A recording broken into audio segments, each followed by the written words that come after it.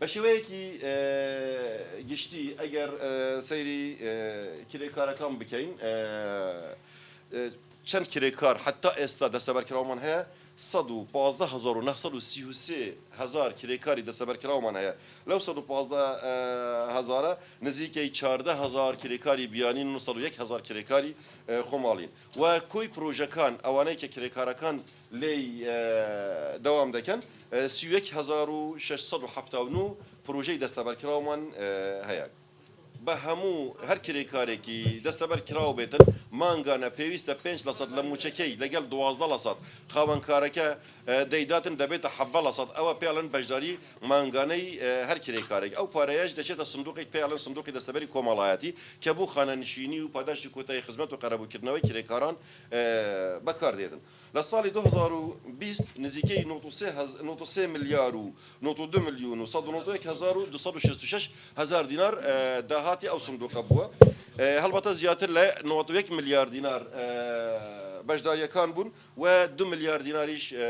سزای دواکەوتن بوون هەر پرۆژەیەک ئەگەر دوا بکەوێتن مانگانە بەشداریەکانی خۆی نەداتن سزای دواکەوتنەوەی دەکەوێتە سەری ئەگەر سەیری ساڵەکان بکەین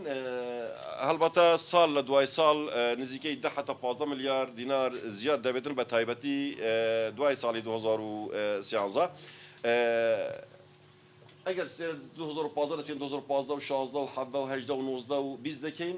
دەبینین لە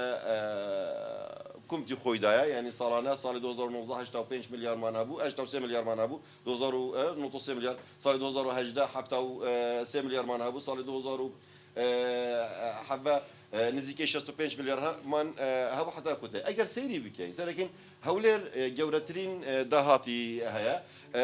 سەبەبەکەش چییە چونکە زۆربەی پرۆژەکان لە هەولێرن و زۆربەی پرۆژە گەورەکانیش ئەوانەی بە 5,000 و 6,000 و 10,000 فەرمانبەری هەیە ئەمووی لە هەولێرن دوای هەولێر سلێمانی دێتن و دهۆک لە هەمویان کەمترە چونکە ژمارەی پرۆژەکانیان زۆر کەمە ئەگەر سەیری ڕەسیدی گشتی سندوق بکەین ڕەسیدی گشتی سندوقی دەستەبەری کۆمەڵایەتی 555 میلیار و 193 میلیۆن و 566 هزار و 12 دینار هەیە یعنی نزیکەی 555 میلیارد دینار ئێستا لە ناو سندوقی دەستەبەری کۆمەڵایەتیدا هەیە و ڕێژەکانیش سندوقی هەولێر 58% 32% سلێمانی و 10% لە سندوقی دهۆکدایە ئەو پارەی ئەو سندوقە هەڵبەتە تەنها بوو خانەنشینی کرێکاران سەر دەکرێتن بوو پاداشتی کۆتایی خزمەت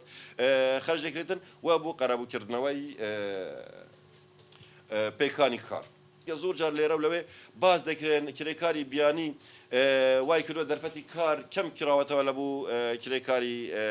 خۆماڵی داوان ئەو ئامارانە ئاماری ڕسمی وەزارەتی کاروباری کۆمەڵایەتینە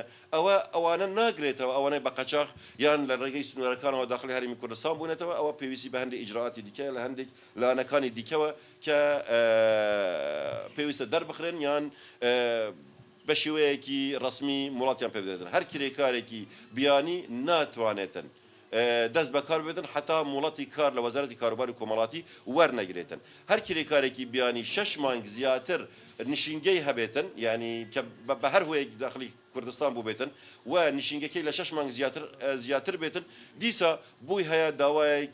ئاراستەی بەڕێوەتەکانی کار بکاتن بۆ پێدانی وڵاتی کارکردن چونکە بەبێ وڵاتی کارکردن هەر کارکردنێک لەلایەن کرێکارانی بیانیەوە ئەوە سەرپێچیەکی یاساییە هەم بۆ کرێکاری بیانی کەش و هەم بۆ ئەو کەسێک کە بەکاری دەخاتن